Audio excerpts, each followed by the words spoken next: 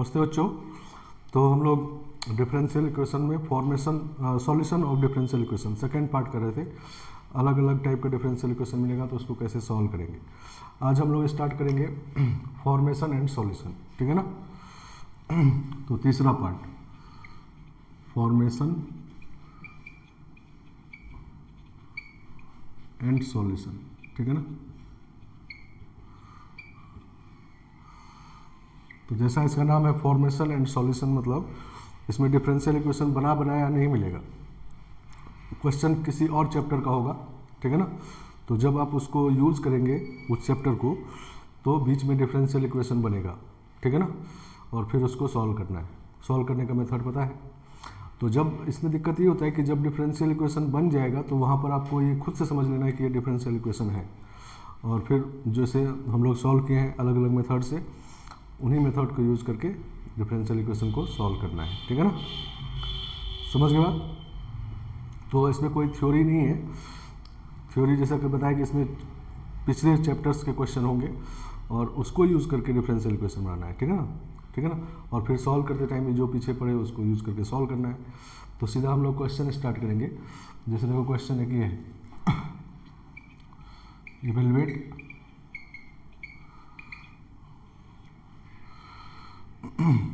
Limit, ऐसे लिखते हैं,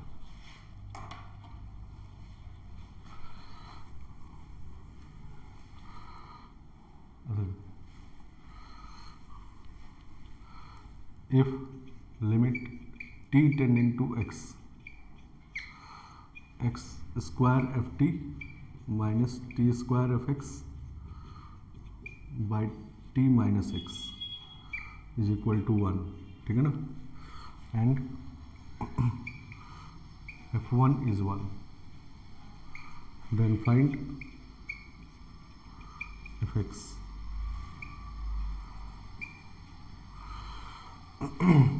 ऐसा क्वेश्चन है, ठीक है ना। तो अब ये क्वेश्चन पहले लिमिट का है, नहीं समझ गए। इसमें एफ एक्स डिफरेंशिएबल फंक्शन है, ठीक है ना।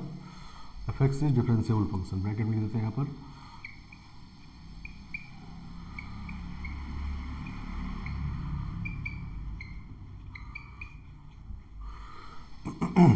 सही ना। तो क्वेश्चन लिमिट का है, तो लिमिट का पहले लिमिट यूज़ करेंगे, नहीं तो टी टेंडिंग टू एक्स जब रखेंगे तो ये हो जाएगा एक्स स्क्वायर एफ एक्स, और ये भी हो जाएगा एक्स स्क्वायर एफ एक्स, तो 0/0 आ जाएगा, नहीं तो 0/0 फॉर्म है। तो यूज़ एल एच रूल, ठीक है ना, एल हॉस्पिटल रूल यूज़ करते हैं सॉल्व करने के लिए। तो डिफ्रेंशिएट करेंगे टी के रिस्पेक्ट में, नहीं तो ये हो जाएगा limit t tending to x, t के रिस्पेक्ट कर देते हैं। एक्स स्क्वायर कॉन्स्टेंट है, एफ डैश टी होगा, माइनस टी स्क्वायर, टी को डिफ्रेंशिएट करेंगे, फिर एफ एक्स कॉन्स्टेंट है, अपॉन 1 इज इक्वल टू 1, ठीक है ना। टी के रिस्पेक्ट में किया, नहीं तो ये 1 हो गया, ये 0 हो गया। क्लियर हो जाना चाहिए, नहीं। अब क्या है कि हम लोग इसको वैल्यू से पुट करते हैं, तो ये हो जाएगा x square f x f dash x minus 2x f x equal to 1, नहीं। तो ये हमारा डिफरेंशियल इक्वेशन बन गया, नहीं सही ना।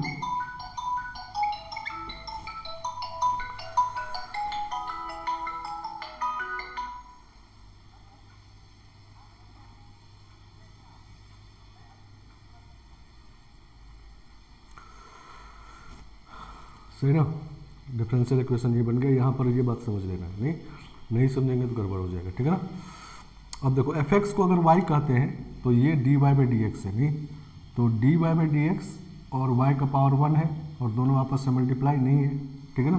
तो इसका मतलब लीनियर भी है, ठीक है ना। तो लीनियर डिफरेंशियल इक्वेशन है, सही ना। क्लियर हो जाना चाहिए। तो इसको स्टैंडर्ड फॉर्म लिखते हैं, तो स्टैंडर्ड फॉर्म लिखते हैं पहले डी वाई डी एक्स मतलब f dash x minus x square से डिवाइड करते हैं, तो minus 2/x f x equal to 1/x², नहीं तो ये स्टैंडर्ड फॉर्म में हो गया, नहीं। इसमें px जो है वो है माइनस 2/x एंड qx जो है वो है 1/x², नहीं समझ गए बात। तो डिफरेंशियल इक्वेशन फॉर्मेशन वाला पार्ट हो गया। नहीं, अब हम लोग सॉल्यूशन वाले पार्ट में चल रहे हैं। तो सॉल्यूशन के लिए लीनियर पहचान लिए, स्टैंडर्ड फॉर्म लिख लिए, पी एक्स क्यू एक्स आ गया। तो अब इंटीग्रेटिंग फैक्टर निकालेंगे। नहीं, तो इंटीग्रेटिंग फैक्टर इज ई का power integration of -2/x dx। तो ई का पावर -2 log x। नहीं, तो ई का पावर log 1/x² हो जाएगा। तो 1/x² आ गया। नहीं, सॉल्यूशन होता है डिपेंडेंट वेरिएबल, यहाँ पर y है मतलब fx है, इंटू 1/x²। नहीं, fx को ही y का दिए हम लोग। नहीं, तो डिपेंडेंट वेरिएबल fx है into integrating factor equal to integration of qx is 1/x² into 1/x² integrating factor dx plus c। नहीं, तो इसको जब इंटीग्रेट करेंगे तो 1-1/3x³ आएगा। ठीक है ना, सही ना, और प्लस c। तो fx हो गया आपका x² मल्टीप्लाई करते हैं तो cx² -1/3x। सही ना। अब दिया हुआ f1 इज 1, f1 1 दिया हुआ है, उससे c निकल जाएगा। नहीं, तो f1 1 करते हैं तो f1 इज 1, तो इसका मतलब 1 इक्वल टू c -1/3, तो c इक्वल टू 4/3। नहीं, तो fx हो गया आपका c मतलब 4/3x² -1/3x। ठीक है ना, तो दिस इज fx। हमारे को fx ही निकालना था आगे। नहीं, तो इस तरह से कैलकुलस में क्वेश्चन मिक्सिंग होता है, मतलब एक चैप्टर यूज़ करेंगे दूसरे में पहुंच जाएंगे, दूसरा यूज़ करेंगे तीसरे पहुंच जाएंगे। नहीं, अभी 2 वाला आता है, ठीक है ना, 3 वाला नहीं आता है। तो ये fx आ गया। हो सकता है आपको क्वेश्चन हो कि f2 निकालिए, f3 निकालिए, तो निकल जाएगा। ठीक है ना। आया फॉर्मेशन एंड सॉल्यूशन का मतलब समझ में। तो अब इसमें कोई नया थ्योरी नहीं है।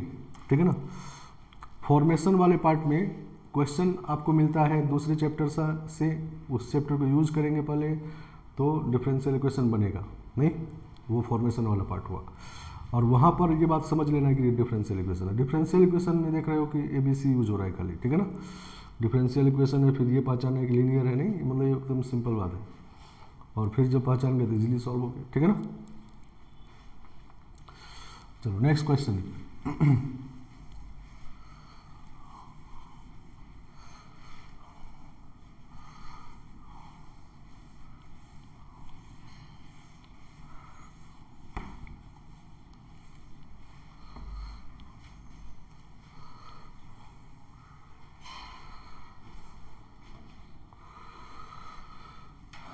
Next question, let fx is a differentiable function.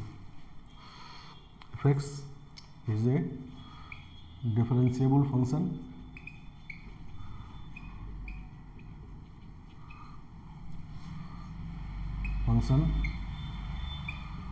satisfying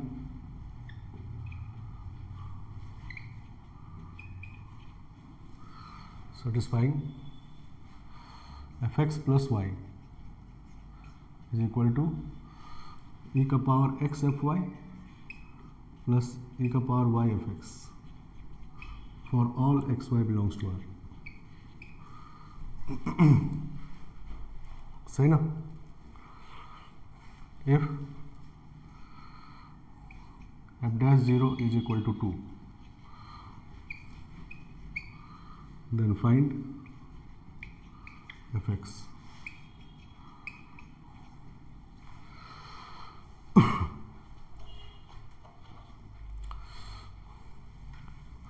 ठीक है ना, तो ये नेक्स्ट क्वेश्चन है।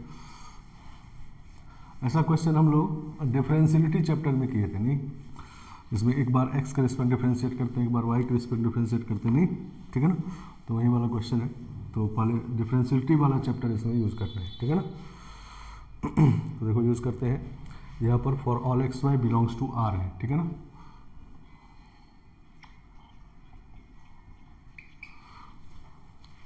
आगे समझ में।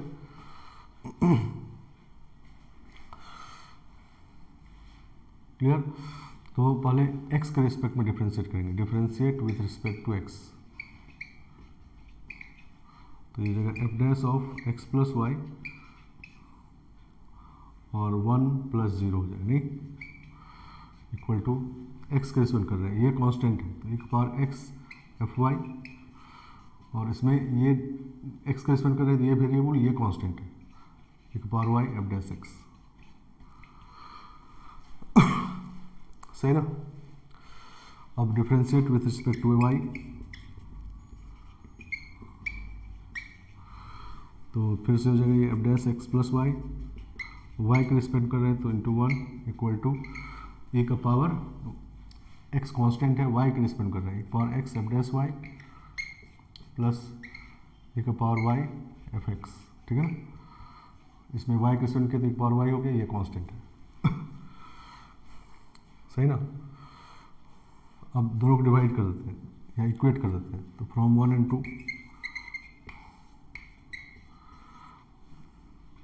फ्रॉम 1 and 2 ई का power x f y plus e का power y f dash x equal to e का power x f dash y plus e का पावर वाई एफ एक्स। समझ गए बात? ऐसा लिख सकते हैं। अब y का वैल्यू 0 पुट कर देंगे, आइडेंटिटी है तो कोई वैल्यू भी पुट कर सकते हैं, कोई ऑपरेशन भी कर सकते हैं, तो हम लोग पहले ऑपरेशन किए, डिफरेंशिएट किए, अब वैल्यू पुट कर दे रहे हैं y इक्वल टू 0, ठीक है ना। तो e का power x f0 plus e का पावर 0 1 हो जाएगा into f dash x is equal to e का पावर 0 1 इंटू एफ डैश 0 और प्लस e का पावर 0 1 और e का पावर x ही रह गया, y को 0 पुट किया, नहीं तो e का पावर x ही रहेगा एफ डैश 0, ठीक है ना, और y को 0 पुट किया एक पावर y 1 हो जाएगा और इंटू एफ एक्स, नहीं ऐसा हो जाएगा। तो एफ डैश 0 दिया हुआ है 2, एफ डैश 0 2 दिया हुआ है, एफ 0 हम लोग यहाँ से निकाल सकते हैं, नहीं तो x और y को इसमें 0 पुट कर देते हैं, तो ये हो जाएगा f0 equal to f0 plus f0, नहीं 0 पुट करेंगे तो ये f0 हो जाएगा, ये 1 f0 ये 1 f0, तो f0 प्लस f0, तो f0 इज 0 और f डैश 0 2 दिया हुआ है, ये गिवन है, नहीं पुट करते हैं इसमें, तो ये 1 है और 0 हो गया ये, ठीक है ना। तो f dash x equal to f dash 0 2 है तो 2 ई का power x plus f x, नहीं तो ये डिफरेंशियल इक्वेशन हो गया, नहीं तो यहाँ पर ये बात क्लियर हो जाना चाहिए कि डिफरेंशियल इक्वेशन आ गया, नहीं खुद से आना चाहिए बात। अब एफ एक्स को अगर y कहते हैं हम लोग, तो ये dy बाई डी एक्स है, तो dy बाई डी एक्स और y का पावर 1 है, दोनों आपस में मल्टीप्लाई नहीं है तो लीनियर है ये भी, ठीक है ना। तो this is linear differential equation, तो पहले तो डिफरेंशियल इक्वेशन है और फिर लीनियर भी, ठीक है ना। तो इसका स्टैंडर्ड फॉर्म लिखेंगे dy बाई डी एक्स मतलब f dash x minus f x मतलब y इक्वल टू इधर x का फंक्शन, सही ना। तो इसमें px निकालेंगे तो px इसमें -1 है और qx है 2 ई का पावर x, तो इंटीग्रेटिंग फैक्टर जो आएगा, इंटीग्रेटिंग फैक्टर होता है ई का पावर इंटीग्रेशन ऑफ -1 dx, तो ई का पावर -x, ठीक है ना। समझ के बाद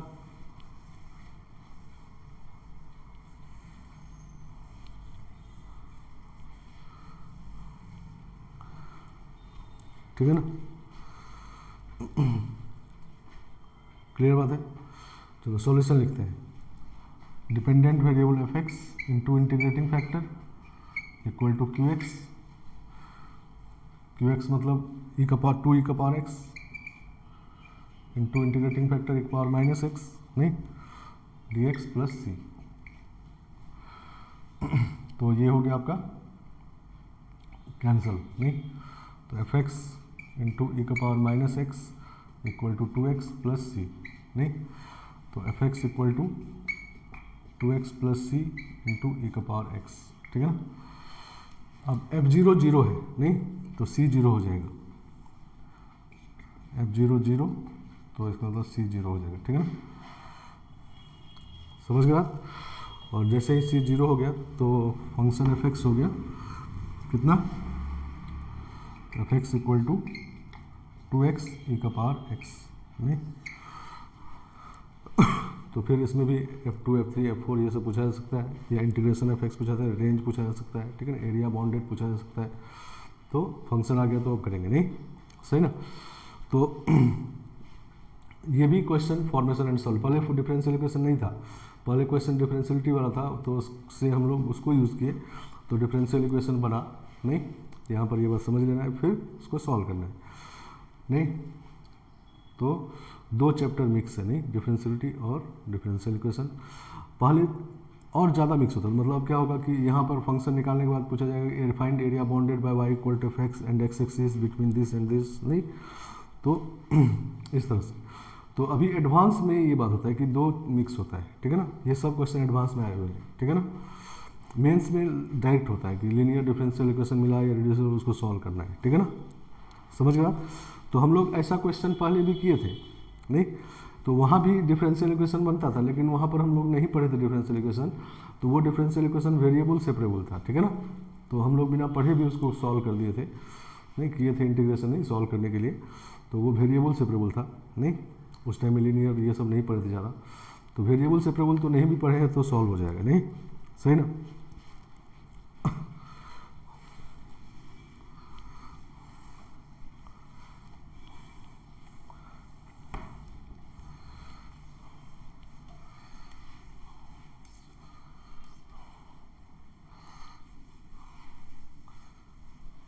चलो next question.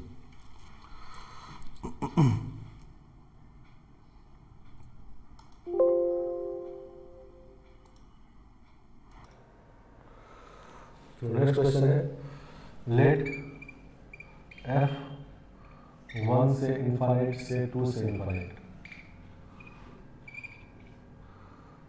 fx is a differential function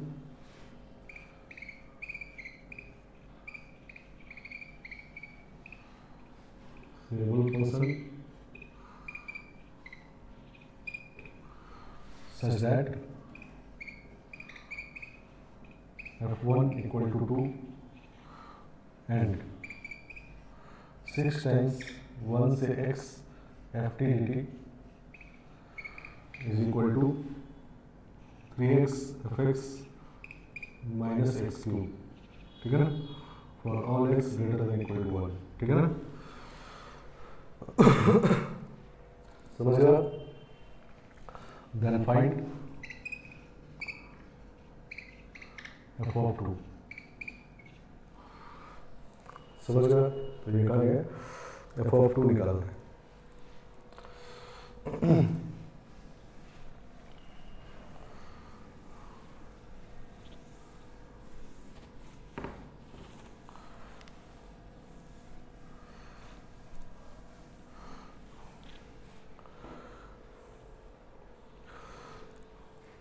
समझ गया। तो देखो इसमें भी ये क्वेश्चन अभी डिफरेंशियल इक्वेशन करनी है, ठीक है ना, आइडेंटिटी है इनफैक्ट, नहीं, this is true for all x below. अच्छा, इसमें x का वैल्यू 1 रखा जाए तो ये 0 हो जाएगा, f1 आपका 2 हो जाएगा, तो 6 minus 1 5, 0 इक्वल टू 5 आ रहा है 1 पे, नहीं सही है ना। तो इसको हम लोग ऐसा कर सकते हैं कि इधर 5 आ रहा है तो इधर भी 5 ऐड कर देते हैं, ऐसा होना चाहिए, नहीं, ठीक है ना, और नहीं तो इधर x ग्रेटर देन 1 कर देते हैं, ठीक है ना, 5 ऐड कर देते हैं क्योंकि f1 दिया हुआ है, ऐसा नहीं, समझ गया। तो ये प्रीवियस ईयर मेंस में आया हुआ क्वेश्चन है, ठीक है ना, तो ये मिस्टेक होता है, ठीक है, ये नहीं दिया हुआ है, उसकी जरूरत भी नहीं है, ठीक है, जब डिफरेंशिएट करेंगे तो वैसे ही उड़ जाएगा, ठीक है ना, लेकिन होना चाहिए, ठीक है ना, अगर ये कंडीशन है तो। चलो, तो अब हम लोग आइडेंटिटी है तो कोई ऑपरेशन कर सकते हैं, कोई वैल्यू पुट कर सकते हैं, नहीं, तो हम लोग पहले डिफरेंशिएट करते हैं, नहीं, इसको डिफरेंशिएट करते हैं, न्यूटन लीबनिज़ रूल यूज करते हैं, नहीं। तो पहले अभी क्वेश्चन ये न्यूटन लीबनिज़ रूल का है, ठीक है ना, तो न्यूटन लीबनिज़ रूल यूज करेंगे तो ये 0 हो जाएगा, डिफरेंशिएट कर रहे हैं 6 टाइम्स, इसमें फर्स्ट रूल लागू होगा, नहीं, Newton Leibniz rule first rule, क्योंकि ये x का फंक्शन है और एक्स अंदर नहीं है, एक्स का फंक्शन इसमें कोई दिक्कत नहीं है, और एक्स अंदर नहीं है तो फर्स्ट रूल, तो फर्स्ट रूल क्या करेंगे, तो एफ एक्स इंटू 1 माइनस 0 नहीं equal to 3f(x) plus 3x dash x नहीं, पहले इसको डिफरेंशिएट करो 3f(x) और इसको डिफरेंशिएट करो 3x dash x minus 3x square, ठीक है ना, सही है ना। तो ये हो गया नहीं। अब हम लोग एफ एक्स, ये आपका 6f(x) है और ये 3f(x), तो 3f(x) इधर आ जाएगा नहीं, सही है ना, और plus 3x square equal to 3x f dash x, ठीक है ना, 3 कैंसिल, तो x f dash x plus f x plus x square, sorry x f dash x minus f x कर लेते हैं, या इक्वल टू ऐसा हो गया, सही है ना। तो देखो अब डिफरेंशियल इक्वेशन है नहीं, यहाँ पर ये बात क्लियर हो जानी चाहिए कि डिफरेंशियल इक्वेशन है, और कैसा डिफरेंशियल इक्वेशन है, तो एफ एक्स को अगर वाई कहेंगे तो ये डी वाई डी एक्स है, तो डी वाई डी एक्स और वाई का पावर 1 है, आपस में मल्टीप्लाई नहीं है, लीनियर है नहीं, तो लीनियर डिफरेंशियल इक्वेशन है, सही है ना। स्टैंडर्ड फॉर्म लिखते हैं, तो स्टैंडर्ड फॉर्म ऐसा होगा एफ डैश एक्स नहीं, ये एक्स से डिवाइड करेंगे, इसको इधर लाएंगे तो minus 1 by x f x नहीं इक्वल टू एक्स को इसमें डिवाइड किया तो यह एक्स बच जाएगा, ठीक है ना, सही है ना। मतलब एफ एक्स को वाई समझिए तो ये डी वाई डी एक्स है, तो d y d x minus 1 by x into y equal to x, linear differential equation का स्टैंडर्ड फॉर्म आ गया नहीं। तो इसमें पी एक्स जो है वो है आपका माइनस 1 बाय एक्स और क्यू एक्स जो है वो है एक्स नहीं, समझ लो। तो पी एक्स क्यू एक्स आ गया, अब इंटीग्रेटिंग फैक्टर निकाल लेते हैं नहीं, तो इंटीग्रेटिंग फैक्टर तो ई का power integration of minus 1 by x d x, तो ई का पावर माइनस लॉग एक्स तो 1 बाय एक्स, ठीक है ना। सॉल्यूशन लिखते हैं, तो डिपेंडेंट वेरिएबल मतलब f x into 1 by x equal to q x मतलब x to 1 by x d x plus c नहीं, क्लियर बात है। अब इंटीग्रेट करेंगे इसको, तो f x by x equal to x plus c, तो f x equal to c x plus x square.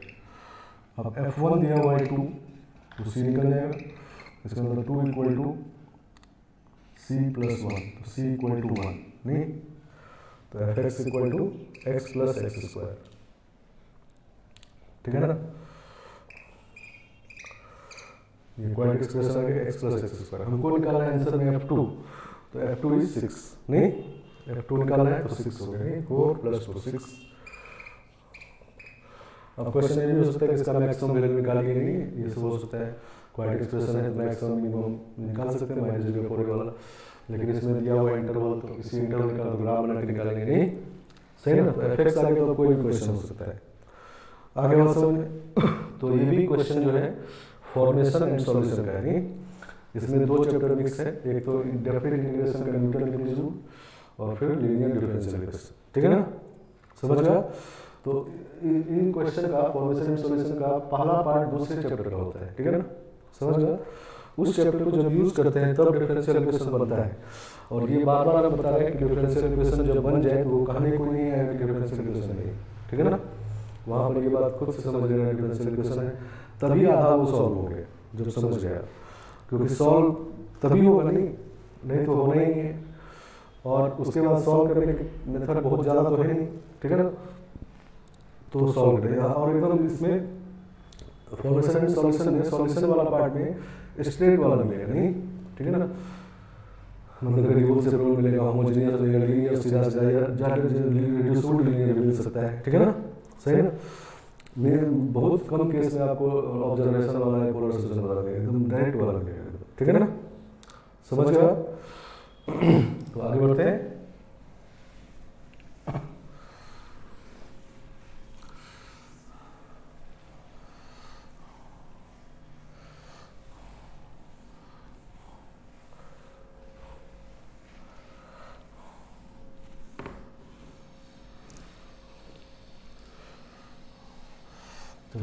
कुछ क्वेश्चन होते हैं ज्योमेट्रिकल प्रॉब्लम्स, ठीक है ना। फॉर्मेशन एंड सॉल्यूशन में कुछ क्वेश्चन होते हैं ज्योमेट्रिकल प्रॉब्लम्स, ठीक है ना, मतलब टेंजेंट नॉर्मल वाले, ठीक है ना। अभी हम लोग लिमिट वाले क्वेश्चन किए, डिफरेंशिएबिलिटी वाला और न्यूटन इनविजिबल वाला नहीं। अब कुछ क्वेश्चन होगा टेंजेंट नॉर्मल वाला, टेंजेंट नॉर्मल के क्वेश्चन दिया होगा, उसके रिलेटेड कुछ क्वेश्चन होगा नहीं, ठीक है ना, उसको लिखते हैं हम लोग ज्योमेट्रिकल प्रॉब्लम्स।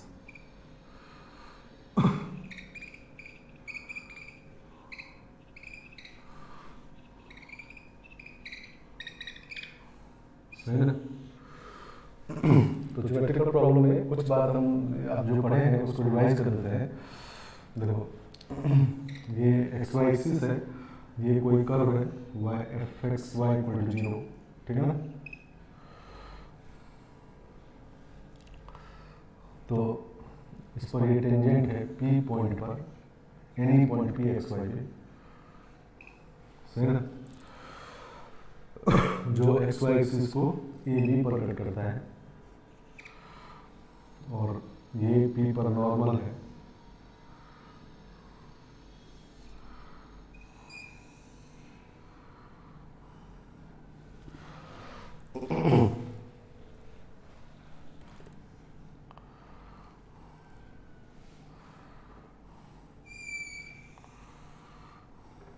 ठीक है ना, ये नॉर्मल है जो सीडी पर कट कर रहा है, ठीक है ना। और ये परपेंडिकुलर एक्सिस पर एन, ठीक है ना। तो ये एक्स है, ये वाई है, नहीं समझ गया, क्लियर। तो इसमें हम लोग टेंजेंट का इक्वेशन जब लिखते हैं, एक्स वाई एक्सिस को कैपिटल एक्स वाई कहते हैं, तो टेंजेंट का इक्वेशन, इक्वेशन ऑफ टेंजेंट जो होता है ये होता है y माइनस y equal to d y by d x, x minus x, नहीं। सिमिलरली इक्वेशन ऑफ नॉर्मल लिखते हैं, तो नॉर्मल इक्वेशन लिखते हैं y माइनस y equal to minus 1 by d y by d x, x minus x, ठीक है ना। और ये d y by d x जो है वो एक्स वाई पॉइंट पे है, नहीं सही है ना, जिस पॉइंट पे टेंजेंट है उस पॉइंट पे डी वाई डी एक्स है।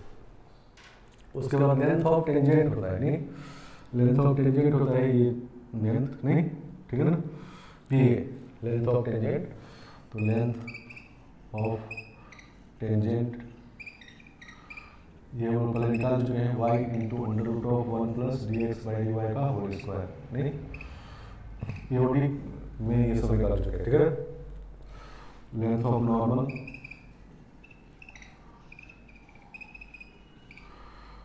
ये होता है y under root of 1 plus d y by d x का होल स्क्वायर, ठीक है ना, समझ गया। और length of sub tangent, length of tangent होता है ये वाला, ठीक है ना। लेंथ ऑफ नॉर्मल होता है ये एक्स एक्सिस से यहाँ वाला पीसी, ठीक है ना। लेंथ ऑफ सब टेंजेंट मतलब होता है एन ए, नहीं, टेंजेंट का प्रोजेक्शन इस पे, तो ये होता है y d x by d y, ठीक है ना। और लेंथ ऑफ सब नॉर्मल होता है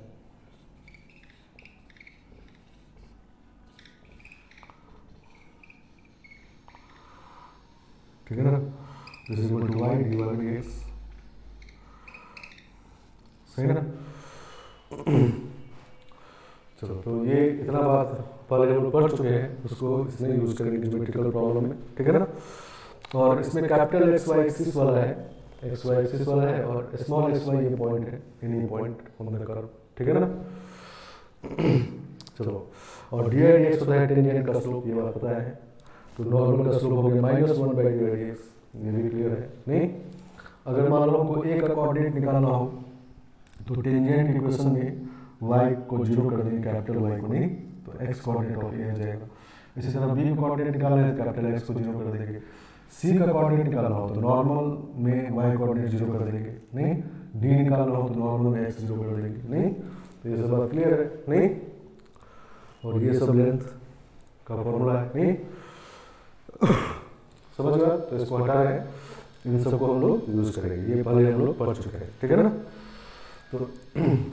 तो ज्योमेट्रिकल प्रॉब्लम में क्या होगा कि इन्हीं सब बात को यूज़ करके आपको फॉर्मेशन वाला पार्ट करना है, ठीक है ना। और जब डिफरेंशियल इक्वेशन फॉर्म हो जाएगा तो फिर उसको सॉल्व करना है, जो हम लोग पढ़े हैं अभी सॉल्यूशन मेथड, उसे सॉल्व करना है, ठीक है ना।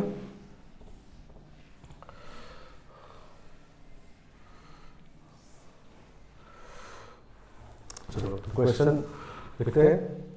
तो पहले इसमें देखो होता क्या है कि इसमें क्या होता है कि कर्व का एक प्रॉपर्टी इसमें दिया होता है, नहीं फॉर्मेशन के लिए, डिफरेंशियल इक्वेशन फॉर्मेशन के लिए किसी कर्व का, ज्योमेट्रिकल प्रॉब्लम है तो कर्व वाला प्रॉब्लम है, तो कर्व का एक प्रॉपर्टी दिया रहेगा। प्रॉपर्टी का मतलब वो स्टेटमेंट जो कर्व के हर एक पॉइंट पर सही है, ठीक है ना, सही ना, समझ गया। तो और वो प्रॉपर्टी होगा टेंजेंट नॉर्मल से रिलेटेड, और तो उस प्रॉपर्टी को यूज करके डिफरेंशियल इक्वेशन बनाना है पहले, ठीक है ना। और जब बन जाए तो वहाँ समझ लेना है कि डिफरेंशियल इक्वेशन है, और फिर उसको सॉल्व करना है, जो मेथड जानते हैं हम लोग, सॉल्व करना है। और सॉल्व करने के बाद चूंकि वो फर्स्ट ऑर्डर फर्स्ट डिग्री का होगा तो एक आर्बिट्रेरी कांस्टेंट आएगा। फिर कभी कभी कांस्टेंट निकालने के लिए आपको कोई कंडीशन दिया रहेगा कि F1 1 है, F2 2 है, नहीं ऐसा कुछ कंडीशन दिया रहेगा, उससे सी निकल जाएगा, नहीं। जैसे देखो क्वेश्चन ये है, late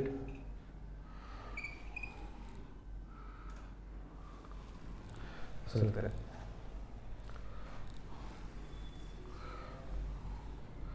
curve fxy equal to 0, curve passes through curve fxy equal to 0 passing through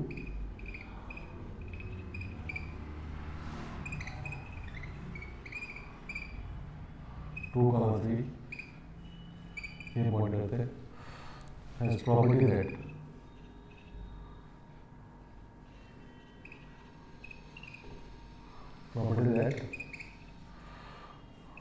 tangent portion of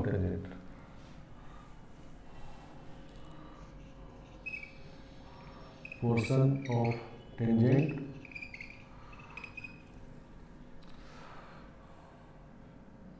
to the curve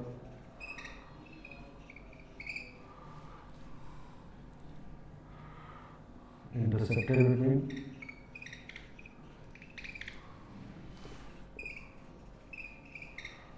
coordinate axis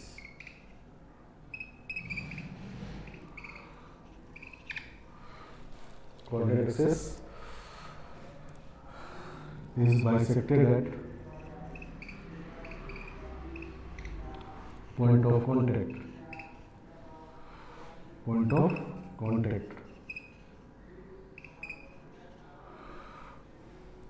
then find equation of curve।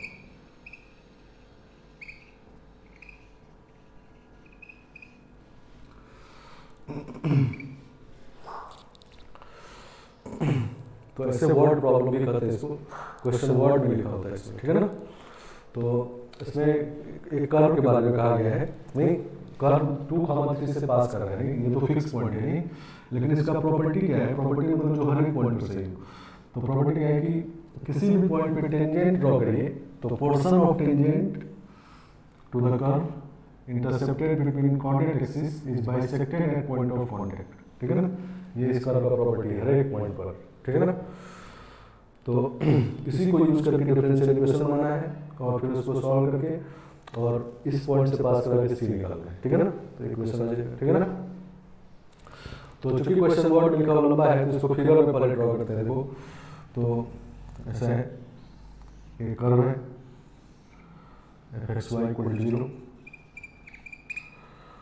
इसके किसी पॉइंट P ये पास कर रहे हैं 2,3 से, नहीं तो 2,3 यहाँ पर मान लेते हैं।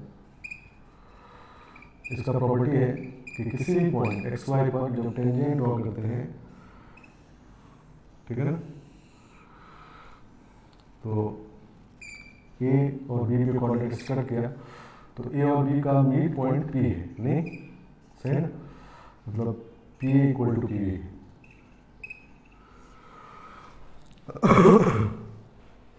सही ना। किसी भी टेंजेंट का पोर्शन जो कॉर्डिनेट एक्सिस के बीच में है उसका mid point bisected at point of contact मतलब मिड पॉइंट पी है, ठीक है ना। तो पी इक्वल टू बी। अब इस कंडीशन को मैथमेटिकली कैसे लगाए तो ये बात समझते हैं। तो इस कंडीशन में लगाने के लिए क्या करेंगे, पहले इक्वेशन ऑफ टेंजेंट लिखेंगे, फिर ए का कोऑर्डिनेट बी कोऑर्डिनेट निकालेंगे, फिर उसका मिड पॉइंट निकाल के इसे इक्वेट कर देंगे, नहीं ये करेंगे, ठीक है ना। तो equation of tangent at P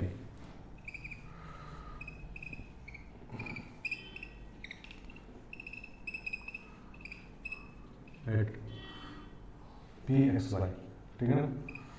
तो this is y minus y equal to d y by d x into x minus x, ठीक है ना। सही है ना। तो ये हो गया इक्वेशन ऑफ टेंजेंट। अब हम लोग का में ए और बी कोऑर्डिनेट निकालना, तो ए कोऑर्डिनेट निकालने के लिए क्या करेंगे, वाई कोऑर्डिनेट को जीरो कर देंगे कैपिटल वाई को, तो एक्स कोऑर्डिनेट ऑफ ए आ जाएगा। तो x coordinate of a equal to capital y को जीरो कर दिए तो ये हो गया minus y d x by d y और plus x x minus y d x by d y, ठीक है ना। तो ये कोऑर्डिनेट हो गया कितना, x minus y d x by d y common zero, नहीं। सिमिलरली बी का कोऑर्डिनेट निकालने के लिए क्या करेंगे, कैपिटल एक्स को जीरो कर देंगे क्योंकि इस पे एक्स जीरो होगा, कैपिटल को जीरो करेंगे क्योंकि एक्सिस वाला कैपिटल एक्स कैपिटल वाई है। तो वाई कोऑर्डिनेट ऑफ बी क्या होगा, इधर हो जाएगा वाई और minus x d y x, ठीक है ना। तो बी का कोऑर्डिनेट हो गया zero comma y minus x d y x, ठीक है ना। आगे बात समझ में। चलो अब ए और बी का मिड पॉइंट निकालना है, ए और बी का मिड पॉइंट उसको एक्स वाई करना है, ठीक है ना। तो mid point of a B,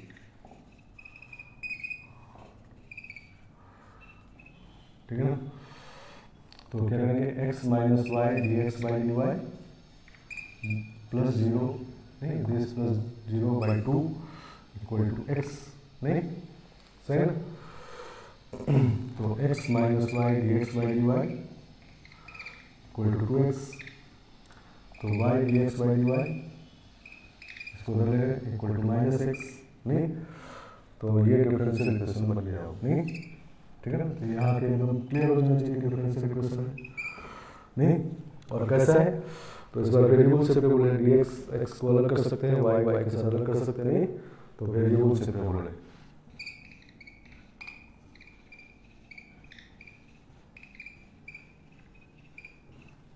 सही है ना। तो वेरिएबल सेपरेबल को सॉल्व करते हैं, ठीक है ना। चलो तो सॉल्व कर रहे हैं इसको। तो dx by x equal to minus d y by y, नहीं वेरिएबल सेपरेट कर लिए। तो this is log x equal to minus log y plus log c लिख देते हैं, नहीं इसको इधर ले आते हैं। तो एक्स वाई इक्वल टू सी आ जाएगा, नहीं। तो अभी ये फैमिली ऑफ करवाया, नहीं फर्स्ट ऑर्डर का difference, first order first degree का डिफरेंशियल इक्वेशन फर्स्ट ऑर्डर का है तो सॉल्व करके एक आर्बिट्रेरी कांस्टेंट है, तो फैमिली ऑफ करवा गया। अब ये पास कर रहा है 2,3 से, ठीक है ना। तो पासिंग थ्रू 2,3,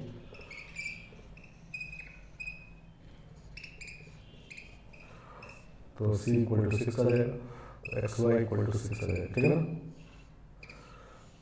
सही है ना। तो ये कर मतलब रेक्टेंगुलर हाइपरबोला होता है ये, ठीक है ना। तो हाइपरबोला का प्रॉपर्टी होता है, ये जो हाइपरबोला होता है ये हाइपरबोला रेक्टेंगुलर ऐसा होता है, नहीं एक्स वाई एक्सिस का एसिम्पटोट होता है, नहीं सही है ना। हाइपरबोला पढ़े थे लोग, एसिम्पटोट होता है। तो हाइपरबोला का ये प्रॉपर्टी होता है कि कोई भी टेंजेंट ड्रॉ करिए हाइपरबोला पे, नहीं तो एसिम्पटोट के बीच में जो पोर्शन होता है उसका mid point point of contact होता है, ठीक है ना, समझ गया। तो इसलिए हाइपरबोला आ गया। तो यहाँ पर हम लोग x कोऑर्डिनेट को यूज करके सॉल्व किए, आप चाहो तो y कोऑर्डिनेट यूज करके सॉल्व करो, फिर से डिफरेंशियल इक्वेशन मिलेगा, फिर से वही करवाएं, ठीक है ना, नहीं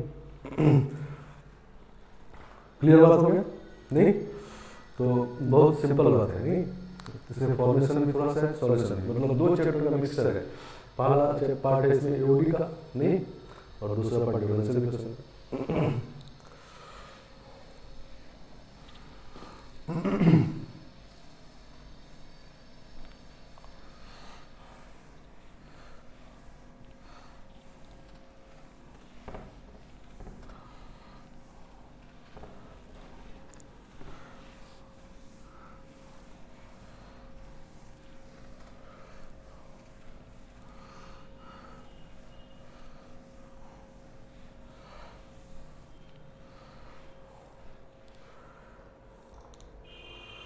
तो नेक्स्ट क्वेश्चन है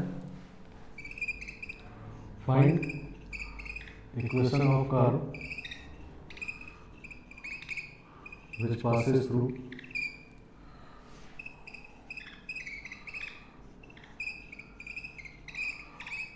through origin and slope of tangent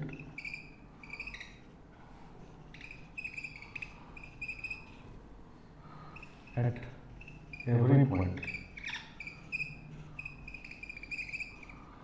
px over y is given by x power 4 plus 2xy minus 1 upon 1 plus x square. ठीक है ना? ये ठीक है.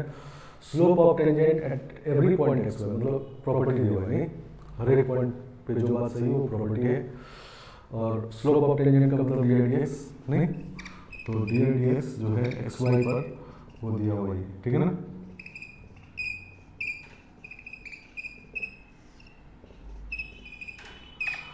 तो ये सीधा डिफरेंशियल इक्वेशन बन गया, सही है ना?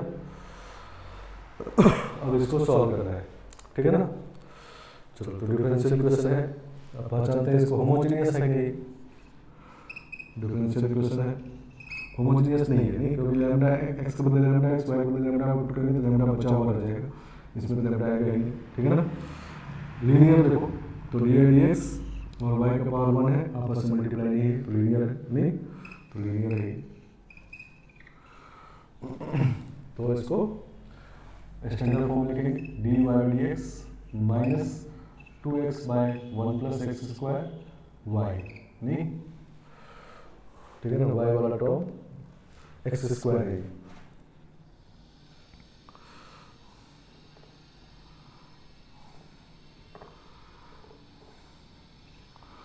सही है ना? Equal to x power 4 minus 1. Clear? तो पी एक्स जो इसका है वो है minus 2x by 1 plus x square और क्यू एक्स जो है वो है एक्स पावर 4 माइनस 1. ठीक है ना? इंटीग्रेटिंग फैक्टर निकालेंगे तो ई का power minus 2x by 1 plus x square d x, तो ई का power minus log 1 plus x square, तो 1 बाय 1 प्लस एक्स स्क्वायर. ठीक है ना? समझ गया? चलो सॉल्यूशन लिखेंगे. Solution is dependent variable into integrating factor equal to q x मतलब x power 4 minus 1 into integrating factor 1 by this x square plus 1 dx plus c. तो जब इसको कैंसिल करेंगे तो एक्स स्क्वायर माइनस 1 बच जाएगा. ठीक है ना? तो इसको इंटीग्रेट करेंगे तो x cube by 3 minus x plus c हो जाएगा. ठीक है ना? अब ओरिजिन से पास करना है तो x0 इंप्लाइज y0 है, तो 0 0 ये 0 में सी 0 हो गया. ठीक है ना? सही है. तो y कितना हो गया 1 प्लस एक्स स्क्वायर, नहीं और इसमें से x बाई 3 कॉमन ले लेंगे तो x square minus 1 x by 3, नहीं तो x power 4 minus 1 into x by 3. सही है ना? तो ये आपका कर्व हो गया. ठीक है ना? क्लियर? तो बहुत सिंपल सा बात है. ठीक है ना? टेंजेंट नॉर्मल टॉपिक एकदम क्लियर होना चाहिए, उसको यूज करके डिफरेंशियल इक्वेशन में सॉल्व करना है. नहीं इसमें भी लीनियर बना, नहीं तो लीनियर बना तो लीनियर पहचान जाना है, सॉल्व कर देना है. ठीक है ना? तो नेक्स्ट नंबर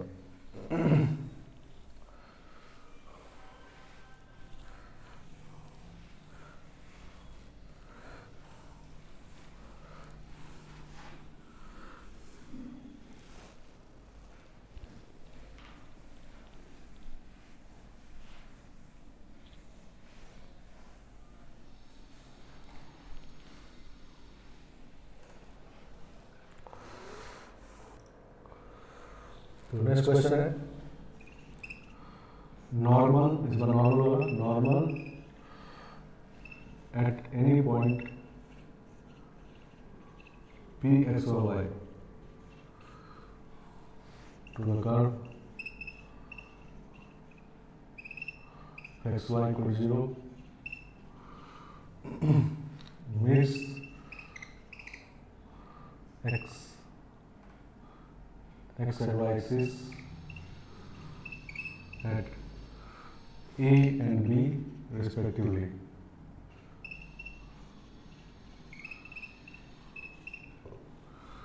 ठीक है ना? such that 1 by OA plus 1 by OB is equal to 1. वो इज क्वेश्चन सही ना?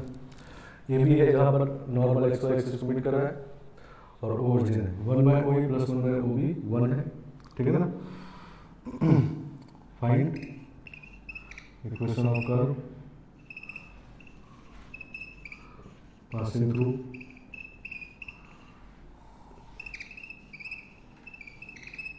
5, 3 5, 4 5, 4 समझ गया? तो इसको देखो फिगर में ड्रॉ करते हैं।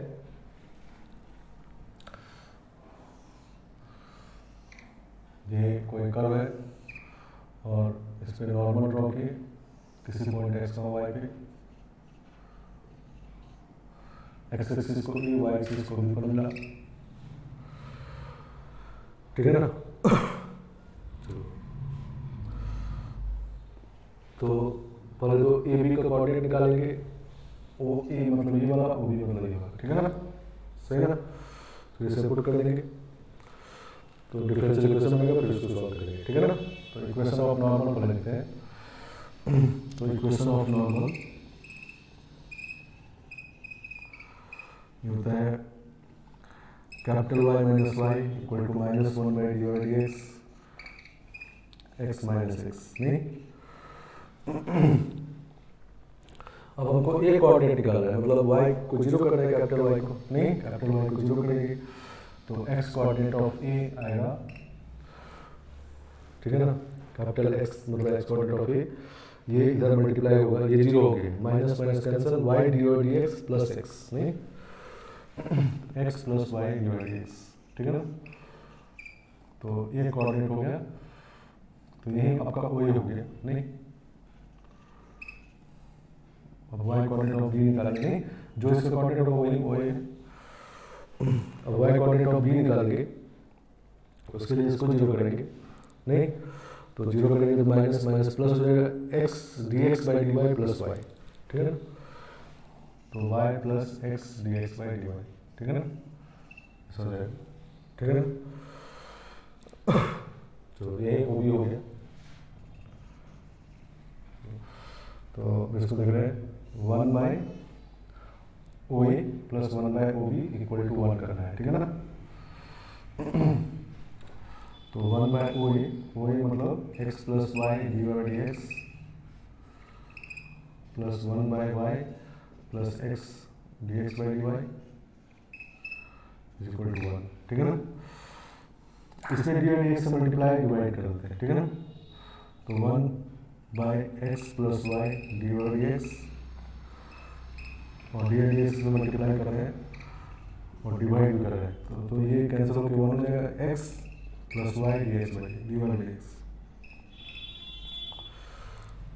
Equal to 1। तो ये सेम हम दोनों उधर जाएगा, तो 1 plus d by d x is equal to x plus y d by d x, ठीक है ना? चलो अब डी डी एक्स को इकट्ठा कर देते हैं, इसको इधर लाते हैं, तो डी डी एक्स के साथ रहेगा 1 minus y equal to x minus y, variable separable है नहीं? तो d y by 1 minus y equal to x minus 1 d x, sorry इसलिए इधर आएगा, नहीं? सही है ना। तो ये 1 minus y d y equal to x minus 1 d x integrate हो जाएगा। तो ये 1 माइनस वाई का होल स्क्वायर बाय माइनस 2 यानी -1 square equal to x minus 1 का whole square by 2 equal plus c. नहीं, अब ये पास कर रहा है आपका कहाँ से, तो 5,4 से, 5,4 से पास कर देते हैं इसको। तो पासिंग थ्रू 5,4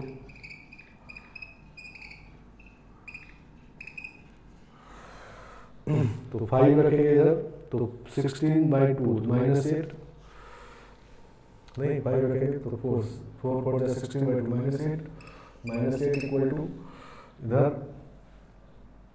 4 रखेंगे तो 9/8 हो जाएगा। नहीं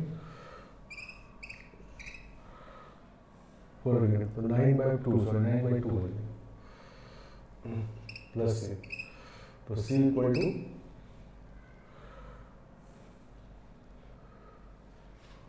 टू इसको इधर ले आएंगे तो 25/2 हो गया। नहीं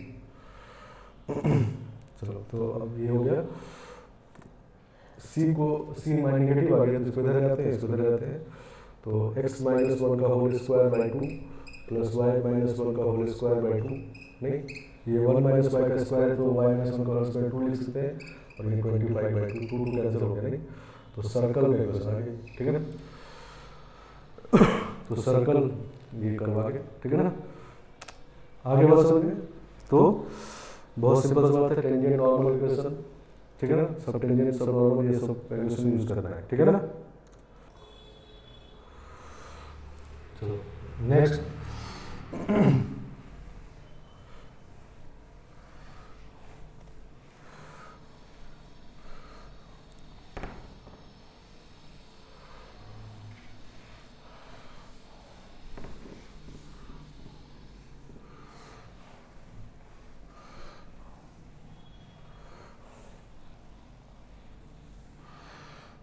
नंबर 6 होता है orthogonal trajectory. Orthogonal trajectory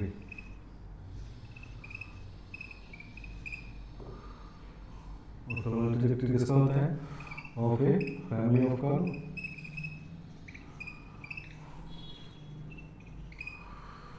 curve family of curve होता है एक्स वाई C1 C2 नहीं इक्वल टू 0।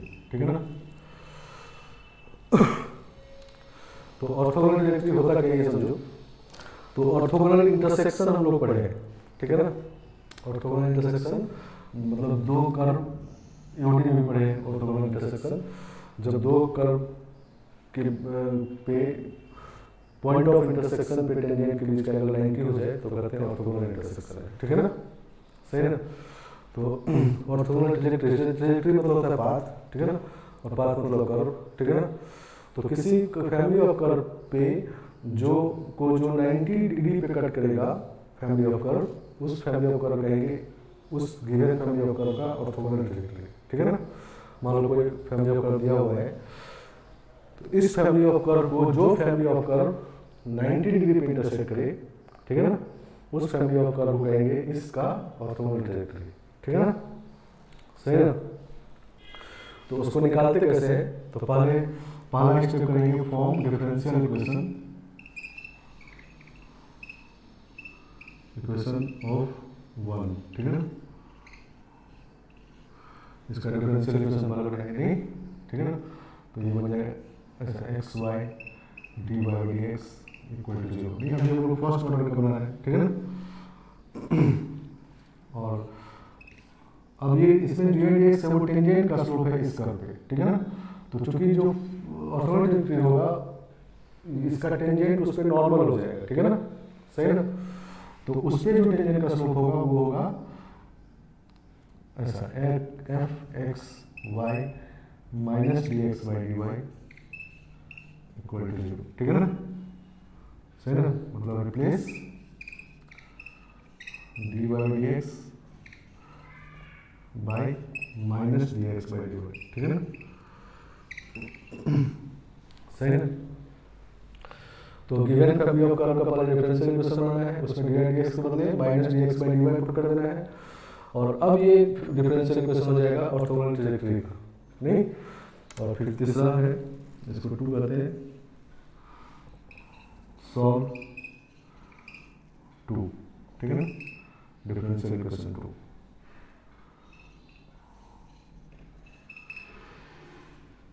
डिफरेंशियल इक्वेशन 2 को सॉल्व कर दीजिए, ठीक है ना।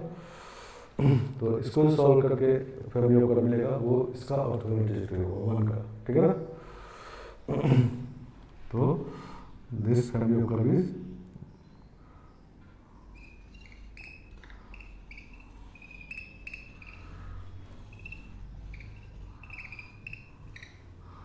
ऑर्थोगोनल ट्रैजेक्टरी ऑफ 1, ठीक है। समझ गया? जैसे एग्जांपल, फाइंड ऑर्थोगोनल ट्रैजेक्टरी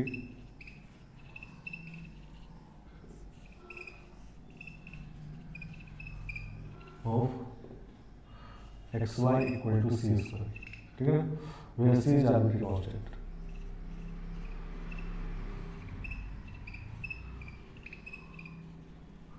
सही है ना।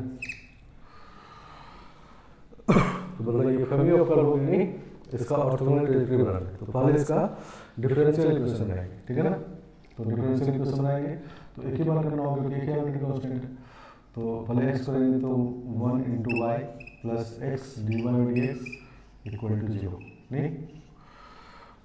तो ये हमारा इक्वेशन 1 है और ये हमारा डिफरेंशियल इक्वेशन बन गया, नहीं। अब क्या करना है, डी एक्स को minus d x by d y लिखना है, ठीक है ना। तो differential equation of orthogonal trajectory,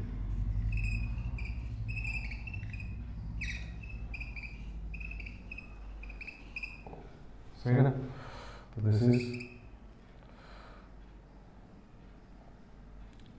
y plus x और minus d x by d y equal to 0, नहीं। अब ये 2 बन गया, ठीक है ना, समझ गए, ये इक्वेशन 2 बन गया। अब इसको सॉल्व करना है, नहीं। तो ये y equal to x d x by d y, ठीक है ना। अब वेरिएबल सेपरेबल है तो y d y equal to x d x, तो y square by 2 equal to x square by 2 और प्लस सी कर देते हैं इधर, सही है ना। तो इसको उधर लेंगे तो x square minus y square equal to 2c आ जाएगा, ठीक है ना। तो 2c को क्या कर देंगे, तो this is orthogonal trajectory of 1, ठीक है ना। समझ गए बात।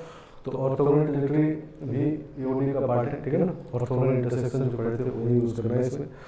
तो इसमें क्या करते हैं कि पहले फैमिली ऑफ कर्व मिलता है, उसका डिफरेंशियल इक्वेशन बनाते हैं और उसमें जो dx है वो टेंजेंट का स्लोप है उसका फैमिली ऑफ कर्व पे।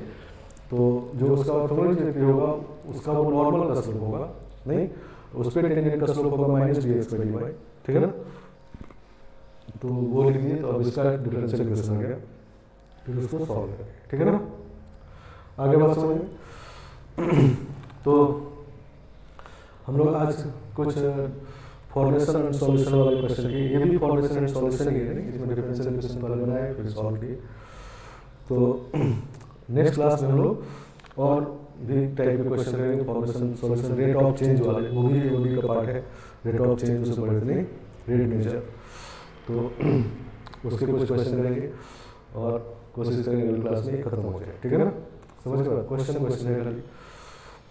चलो तो आज इतना